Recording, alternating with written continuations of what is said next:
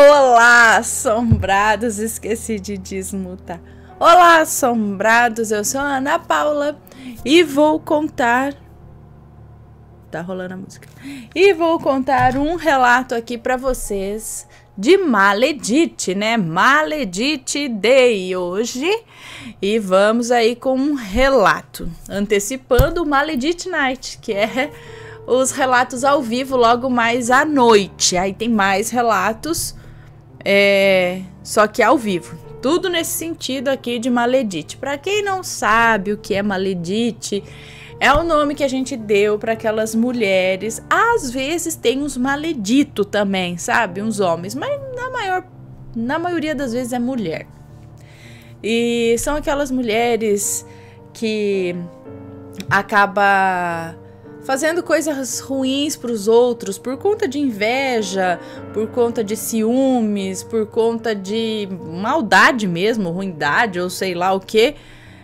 Acaba fazendo às vezes feitiço, às vezes não é nem feitiço, às vezes são ruindades do dia a dia mesmo. E aí vê como as coisas muitas vezes retornam, né, para as pessoas, para elas mesmas que fazem essas coisas ruins para os outros. E essas são as maledites, são essas mulheres aí que fazem a vida de outras pessoas um inferno, né? Algumas se recuperam, não são mais maledites, enfim. E aí são tantos relatos nesse sentido chegavam pra gente que eu falei, vou reservar um dia só pra contar esse tipo de relatos, tá? E é hoje. Para quem não conhece, nós somos o Canal Assombrado e temos vídeos todos os dias no canal. Todas as noites tem o relato ao vivo por volta das 10 horas da noite e às 11 da manhã também tem relato. Tem a coletânea de relatos, tem os tipo ao vivo como este daqui, os Maledite, né, de hoje. Tem coletânea temática de relatos no domingo e 12h30 tem os vídeos do Mateus. Almanaque Assombrado de segunda a sexta, notícias de sábado e especial de domingo, tá bom? E também deixa eu falar pra vocês, mostrar aqui, ó. Opa, tá cortando ali, não corta, não mostra que corta, não. Aqui, ó, uma camiseta da Loja Assombrada, uma das camisetas da Loja Assombrada que brilha no escuro, uma camiseta muito bonita essa aqui também, ó. Ela brilha no escuro, é a abdução aqui, a abdução do cara, né? Acho que essa é a camiseta abdução. Acho que não sei o nome da camiseta, mas ela está à venda lá na Loja Assombrada. Vai lá, veja esta camiseta e muitas outras que temos na nossa loja. O link está na descrição do vídeo, tá bom? A maioria brilha no escuro. Bom, dito isso, vamos começar o relato. Porque o relato é longo.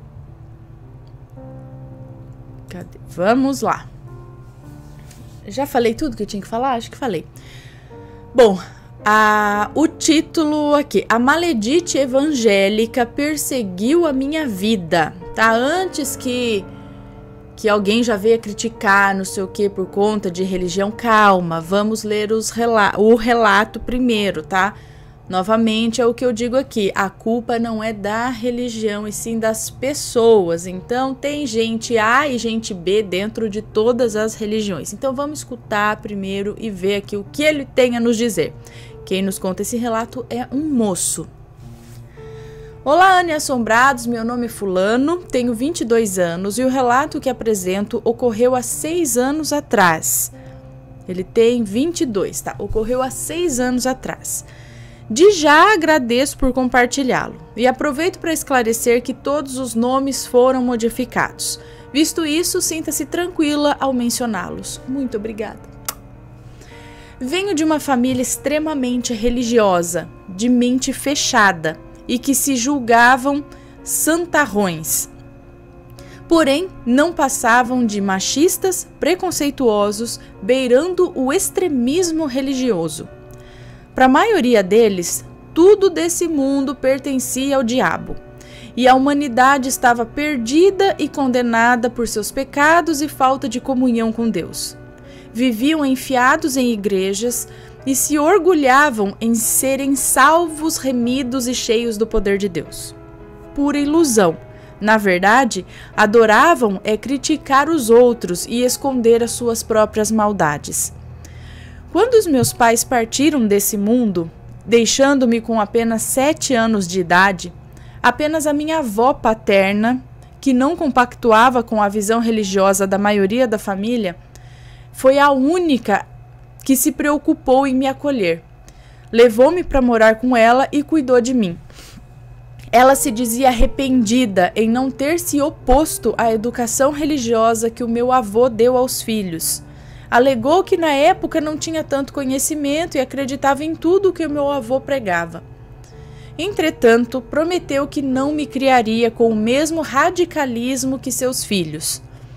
Ela me ensinou a respeitar e amar a Deus, porém de uma maneira livre de religiosidade. Seu alvo era a construção do meu caráter. Queria me preparar para a vida de modo que me tornasse um ser humano melhor, um trabalhador, honesto e livre de preconceitos. Me ensinou a não viver reclamando da vida, mas encará-la com inteligência para superar dificuldades e solucionar problemas. Com 12 anos eu já trabalhava numa banca de verdura na feira. No entanto, eu estudava e tinha direito a lazer. Quando completei 18 anos, a minha avó partiu para o céu. Nesse período, eu trabalhava numa lanchonete à noite e fiquei surpreso com a atitude dos meus tios e tias, que logo após o sepultamento da minha avó, se reuniram na casa dela e me chamaram para uma conversa. Foram logo falando que o fato de eu ter vivido com a minha avó não me fazia seu herdeiro. Muito pelo contrário, tudo que ela tinha que deixar para mim, ela já o fez em vida, e que agora tudo deixado por ela era apenas deles, já que eram seus herdeiros de primeiro grau. No caso, tio Reinaldo, tia Verusca, tia Patrícia, tia Fátima e tio Camilo. E que a casa da minha avó seria vendida e o dinheiro da venda repartido de maneira igual entre eles. Concluindo, eu não teria direito a nada. Entre os tios mais exaltados no processo da partilha dos bens, tio Camilo. Justamente aquele que se apossou da casa que os meus pais deixaram para mim e que se beneficiava com o aluguel dela.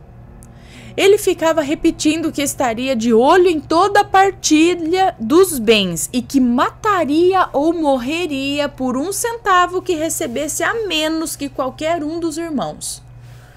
Ele foi o único dos filhos homens que fez questão das roupas da minha avó. Alegou que poderia vender num bazar da igreja. As minhas tias tiveram que pagar a ele para ter o direito de repartir as roupas só entre elas, já que iriam usá-las ou guardar de recordação. Por incrível que pareça, tio Camilo é pastor da igreja. Casado e pai de 4 filhos, sendo estes Fernando e os trigêmeos, Jádila, Janete e Jardel. Nunca fui apegado a bens materiais. O que realmente amava na casa da minha avó era ela. E já que partiu, nada mais me importava. Meus tios, ambiciosos, que fizessem bom proveito de tudo. No entanto, avisei que não moraria debaixo da ponte. Nisso, os outros tios alegaram que aquilo era problema do tio Camilo, pois era ele o responsável pela casa deixada por meus pais. Foi quando o tio Camilo pediu para eu não me preocupar e contou que eu moraria com ele, pelo menos até se cumprir o prazo do contrato de aluguel da casa dos meus pais. Assim que aquela reunião... Beleza, pelo menos até se cumprir o prazo do contrato de aluguel da casa dos meus pais. Tá. Assim que aquela reunião acabou, ele ligou para um irmão da igreja que veio num pequeno caminhão de mudança para transportar as minhas coisas. Tia Fátima fez questão de ficar na casa para ver se eu estava levando apenas os meus pertences ou se eu estava roubando alguma coisa que era da minha avó. A ambição dos meus tios não tinha tamanho. Com 15 dias do falecimento da minha avó, a casa foi vendida e o dinheiro da venda repartido entre os meus tios, que por fim pararam de se desentender e se acusarem de ladrões espertinhos. Bom, assim que cheguei de mala e cuia na casa do tio Camilo, ele me chamou para uma nova conversa e explicou que tinha um quartinho no fundo do quintal que costumava guardar ferramentas e que decidiu desocupá-lo, adaptá-lo com o necessário e disponibilizá-lo para mim. Pediu que eu não o levasse a mal, mas que a casa dele era um lar evangélico e, como eu não era convertido, seria melhor viver num espaço independente. Assim poderia tocar a minha vida mundana sem incomodar ou ser incomodado por ninguém. Ele mencionou que assim que foi informado num culto que a enfermidade da minha avó era para a morte, decidiu preparar tudo para evitar transtornos. Alegou que, como seu sobrinho, eu sempre teria um prato de comida na casa dele e que eu poderia comer o que tivesse na geladeira sem problema, como se fosse um dos seus filhos. Além do quartinho do fundo disponibilizado a mim, havia uma casa que foi construída para o meu primo Fernando, sua esposa e sua filha. Assim sendo, o terreno era composto da casa principal, a casa do Fernando e o meu quartinho. Pelo fato do terreno ser grande, as construções ficavam uma afastada da outra. Quando cheguei na casa do meu tio, a sua esposa Maledite e os trigêmeos estavam num evento da igreja, lembrando que foi justamente no dia do sepultamento da minha avó. Tempos depois, a Maledite me diria que a religião dela não cultuava mortos, portanto não tinha por que comparecer a velórios ou enterros. O importante era pregar para os vivos. Meu primo Fernando, ao me ver chegando, foi logo se aproximando e me ajudando a transportar as coisas para o meu quarto. O cômodo tinha 16 metros quadrados, era 4x4, 4 metros por 4 metros. Contendo nele um banheiro de 1,5 por 1,5, com vaso sanitário, pia e chuveiro. Era todo no piso. E como era apenas para uma pessoa, aquele cômodo tornava-se confortável. Não criei caso ou protestei, simplesmente arrumei minhas coisas com a ajuda do Fernando, que foi meu único parente a me dar boas-vindas e lembrar que não me sentisse constrangido em contar com a sua ajuda para nada, que podia contar com ele. Ele comentou que entendia que eu deveria estar péssimo, já que era o neto mais próximo da minha avó, e de certa forma estava passando por mudanças drásticas depois da partida dela. Só depois de arrumarmos tudo foi que o tio Camilo se aproximou. Este mencionou que tinha outro assunto para tratar comigo. Agradeci meu primo pela ajuda e fui conversar novamente com o meu tio. Ele avisou que gostaria de me fazer uma proposta. Explicou que a casa dos meus pais garantia uma boa renda mensal com o aluguel. E como ele havia arranjado um lugar para eu ficar sossegado, continuaria alugando a minha casa, mas que repassaria 40% do valor do aluguel para mim, todos os meses e sem falta. Concordei sem me alongar no assunto. Afinal, ele era ambicioso, mas de alguma maneira foi o único tio que estava me ajudando. Depois da conversa, voltei para o quarto. Livrei-me das roupas que compareci ao sepultamento, tomei um banho, botei uma cueca e me joguei na cama. Não parava de recordar da minha avó e chorei até que acabei dormindo. A noite chegou e eu não vi. Acordei com umas batidas na porta.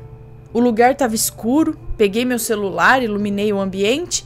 Por alguns instantes cheguei a me perguntar onde eu estava, mas logo me recordei de tudo. Assim que liguei o interruptor, fui atender a porta e, para minha surpresa, era uma das minhas primas me informando do horário do jantar. Ela me olhou surpresa, tímida, e falou e levou a mão no rosto, se atrapalhando com as palavras e evitando me olhar. Foi quando me toquei que eu a atendi, vestida apenas de cueca. Antes que eu tentasse me explicar, ela saiu correndo, mas não sem antes comentar que era melhor eu me vestir decentemente, pois ninguém jantava seminu na casa dos pais dela. Eu acabei sorrindo e assim que passei uma água no rosto, botei uma bermuda, uma camisa e segui rumo à casa do meu tio. Como Janete e Jádila eram gêmeas idênticas, a princípio eu não sabia qual das duas havia me chamado para o jantar. Assim que cheguei, me deparei com todos sentados à mesa. Foi então que descobri que a Jádila foi quem me viu só de cueca. Ela continuava muito sem jeito e evitava até me olhar. Foi quando Maledite pediu para ela entoar um canto de louvor. Ela obedeceu. Depois, Maledite disse que o Jardel estava com a oportunidade. Nisso, ele recitou uma passagem da Bíblia, apontando o capítulo e o versículo. Maledite, com a Bíblia na mão, conferia se o filho estava correto. Não satisfeita, pediu que todos comentassem sobre a mensagem mencionada por Jardel. Eu observava aquilo e só pensava que ainda bem que eu não estava com muita fome, pois era uma tortura ver tanta comida esfriando na mesa e não poder se servir até que todo aquele ritual acabasse. Depois que a palavra foi explanada por todos, inclusive pelo meu tio, Maledite pediu para Janete fazer os agradecimentos pela refeição. A oração foi fervorosa e parecia não acabar nunca. Cheguei a ficar com medo vendo a Maledite falando numa língua estranha e assustadora. Minha vontade era voltar para o meu quarto. Porém, depois de todo aquele ritual, pudemos comer. Enquanto comia, notei que eu era o centro da atenção. Aquilo foi esquisito. Me perguntavam se havia feito alguma coisa de errado. Assim que terminei, pedi licença a todos e me retirei. Voltei para o meu quarto e me senti aliviado por isso. Foi então que Fernando veio até mim. Perguntou se eu já tinha jantado. Eu confirmei que sim, na casa dos pais dele. Ao que ele, sorrindo, contou que Adélia, sua esposa, havia feito mousse de cupuaçu como sobremesa e me convidou para experimentar. Concordei e fomos para a casa dele. O mousse estava uma delícia. Enquanto saboreávamos, Fernando perguntou como foi me deparar com o ritual religioso da casa dos pais dele, feito antes das refeições. Eu comentei que foi estranho, mas que até valeu a pena, pois a comida estava saborosa. Meu primo sorriu e contou que, de tanto ser obrigado a participar daquilo, que ele evitava até tomar as refeições na casa dos pais. Alertou-me que eu tive sorte pela Maledite estar de bom humor, pois quando ela estava irritada, a comida saía uma gororoba. Adélia, meio sem jeito, até o repreendeu, falou, que é isso? Ao que ele perguntou se ele estava mentindo. Ela, meio sem jeito, admitiu que não. Depois daquela noite, Fernando e eu estreitamos os nossos laços de amizade. Ele era um cara muito gente boa. Adélia era uma mulher muito apaixonada por ele, e a Carol, filha de ambos, era um mimo. Eles faziam questão de eu sempre tomar as refeições na casa dele. Com isso, a Maledite foi até mim e perguntou se aconteceu alguma coisa para que eu, do nada, deixasse de comer na casa do tio Camilo.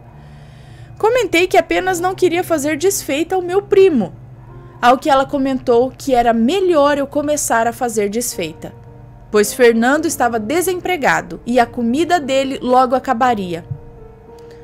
Aquilo me deixou pensativo. Por isso, ao chegar no serviço, procurei o Gilson, gerente da lanchonete, e perguntei se ele não poderia arrumar uma vaga para o meu primo. O último auxiliar da lanchonete havia sido dispensado e o Gilson ficava enrolando para contratar outro. Cheio de brincadeira, ele só quis saber se o meu primo era homofóbico. Em tom de brincadeira, eu aleguei que ele não precisava se preocupar, pois o meu primo tanto não tinha preconceito que de vez em quando a gente até se pegava. Claro que eu estava brincando. Gilson sorriu muito e contou que eu poderia levá-lo no dia seguinte para uma entrevista.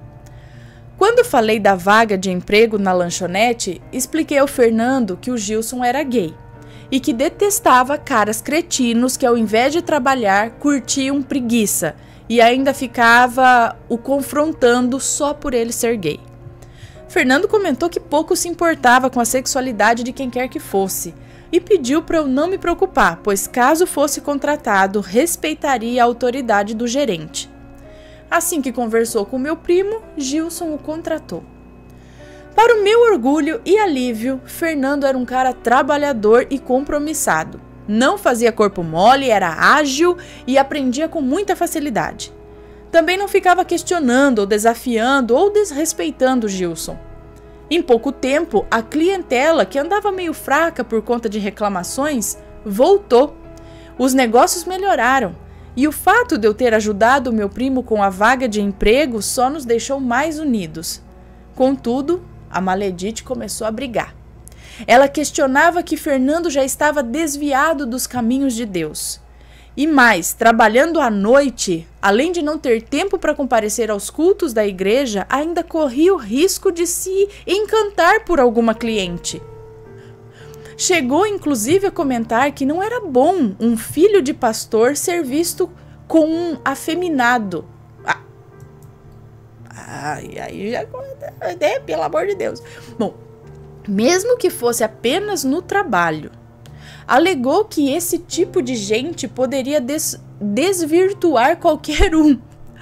Fernando mandou ela parar com o radicalismo e evoluir, pois o trabalho não envolvia sexo. Aquilo só provocou a língua da Maledite, que começou a mencionar um monte de loucuras baseadas em suas crenças. O pior foi que ela ficou com raiva, foi a de mim. Daí começou a aprontar algumas maldades gospel. Maldade gospel. Como me acordar com o barulho de músicas de igrejas alturas.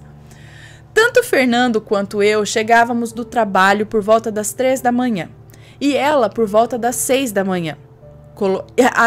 Tanto Fernando quanto eu chegávamos do trabalho por volta das 3 horas da manhã. E ela, por volta das 6 da manhã, colocava suas músicas. Aquilo me acordava sobressaltado. O pior era que o meu tio alegava que louvor só incomodava endemoniados. Mesmo que fosse no volume 83, né? Ela também começou a dizer que eu era um enviado de Satanás. Por isso, os trigêmeos, que na época estavam com 17 anos, começaram a me evitar.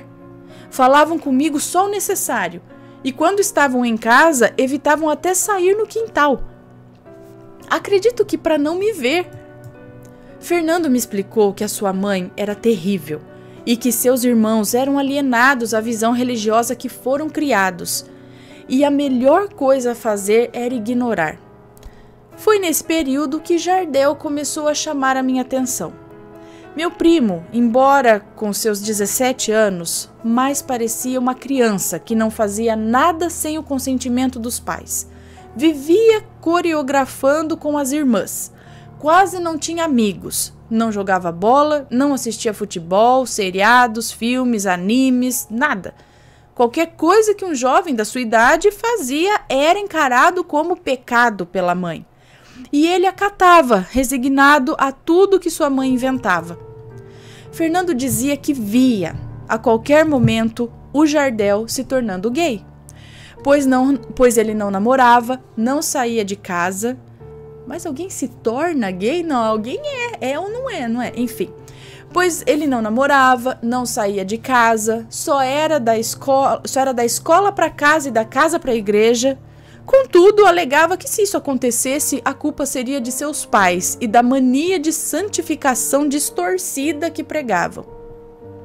De vez em quando, Ludmila, minha ficante quase namorada, me visitava e até almoçavam comigo. Aquilo incomodava a Maledite, que ficava jogando piadinha, dizendo que promiscuidade era um dos convites ao inferno. Sentia que ela me vigiava para fazer fofoca ao meu tio depois. Até o horário que eu lavava as minhas roupas, ela se incomodava. Foi quando decidi chamar Jardel para uma conversa.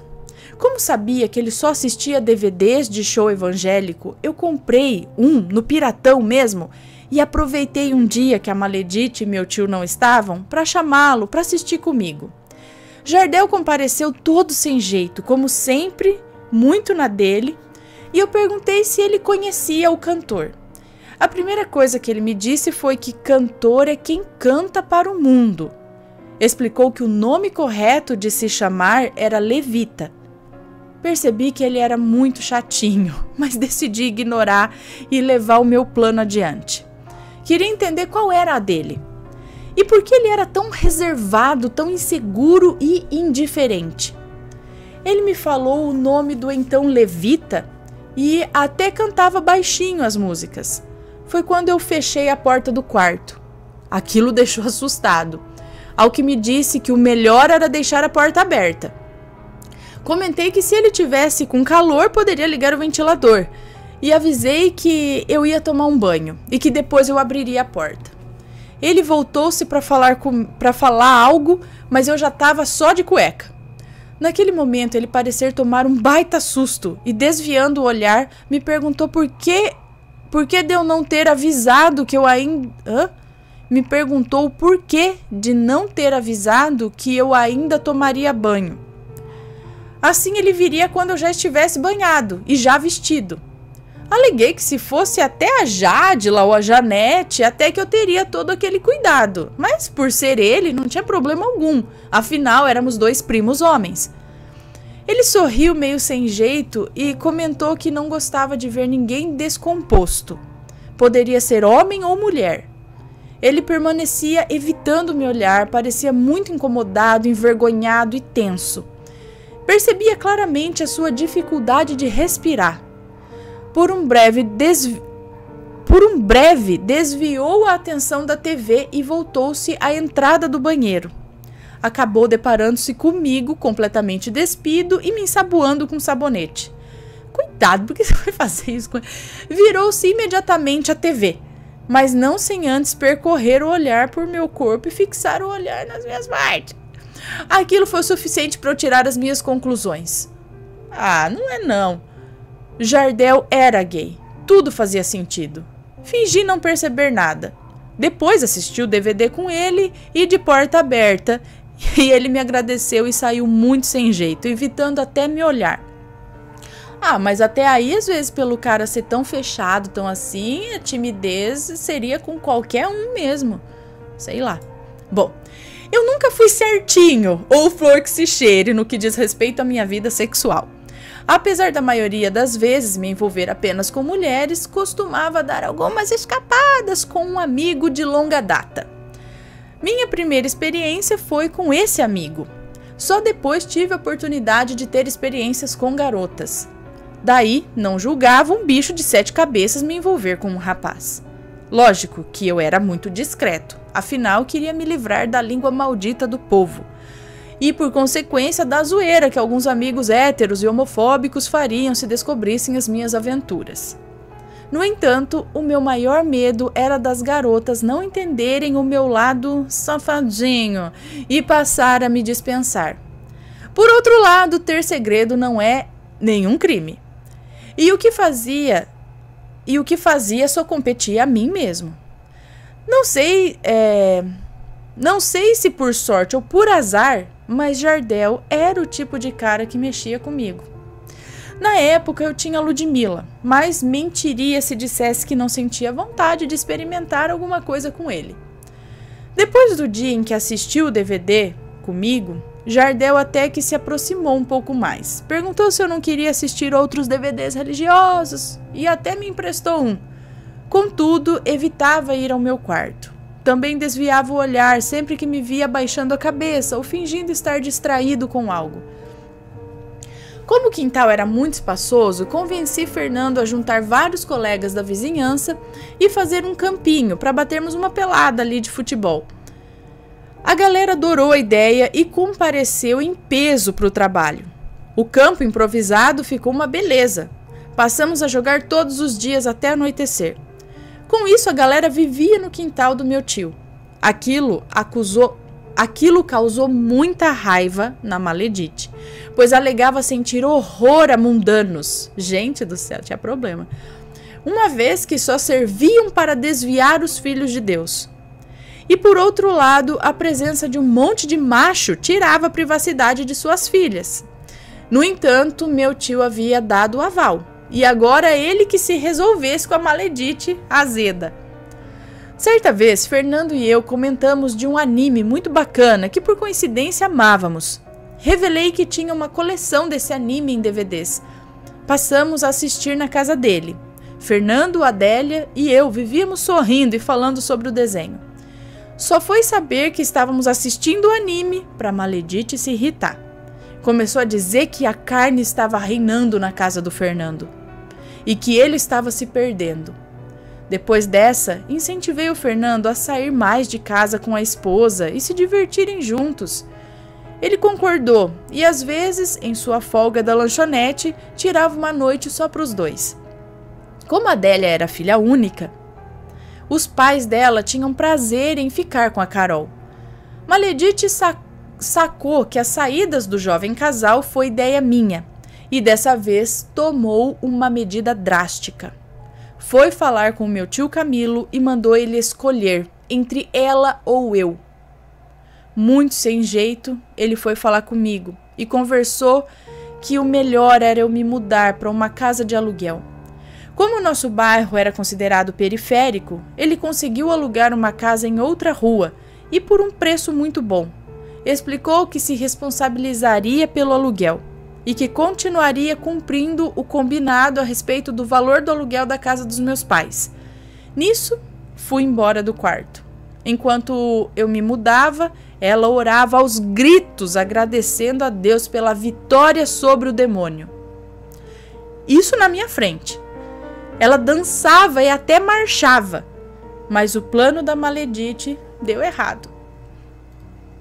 Após eu ter saído de lá, todos os filhos dela passaram a me visitar na casa nova. Até mesmo Janete e Jádila demonstraram sentir muito a minha falta. Sempre ao regressar da escola, passavam na minha casa para lanchar ou jogar conversa fora. Jardel sempre vinha com elas e até demonstrava satisfação em participar das conversas. Fernando, além de nos vermos no trabalho, também me visitava com a Adélia e a Carol. Ludmila, sentindo-se livre do olhar da Maledite, de vez em quando vinha dormir comigo, ou passava durante o dia para namorarmos. Contudo, o melhor ainda estava por vir. Meses depois, Jardel me procurou inseguro e muito sem jeito, e confessou que não parava de pensar em mim. Não perdi tempo.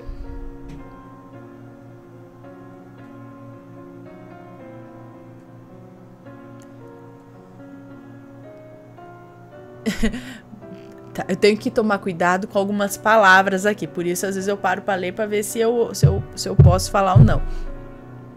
Enfim, o fiz entender que não havia nada de errado em sua maneira de amar e ser feliz. Atualmente, Jádila é casada com um jovem empresário e tem uma filha. Janete está noiva de um policial que a adora. Fernando e Adélia continuam casados e felizes, além da Carol, que já é uma menina esperta e muito graciosa. Tem mais 2 garotinhos gêmeos. Jardel e eu temos uma lanchonete. Estou namorando firme a Ludmila, mas continuo envolvido com o Jardel. E dele eu não abro mão. Maledite e tio Camilo continuam em frente dos trabalhos da igreja, mas não se conformam com os filhos que trocaram a religiosidade distorcida pela felicidade. Ana, te desejo tudo de bom a você e toda a sua família. Aproveito para dizer que amo o Canal Assombrado e que não tenho nada contra qualquer religião, mas sim contra a religiosidade de algumas pessoas que distorcem conhecimentos divinos para oprimir e excluir as pessoas. Fique com Deus e muito obrigado por tudo. Um beijo para você, muito obrigado pelo seu relato. E é o que eu falo, não é a religião, mas o que as pessoas fazem dela, muitas vezes. A distorção, o extremismo, né? Que nem tanto ao céu, nem tanto à terra. Precisa haver um equilíbrio aí, né? E lá, mais uma vez, né? Quando a gente cospe para cima, cai na testa. Ela não gostava dos afeminados. No fim, o filho dela, não é? Não que isso seja, mas é porque fala, aponta para os outros, fala mal, tal, e de repente, e é filho, a gente ama, né? Como que você vai apontar o dedo, enfim. Safadinho você do relato, né? Ai, ai.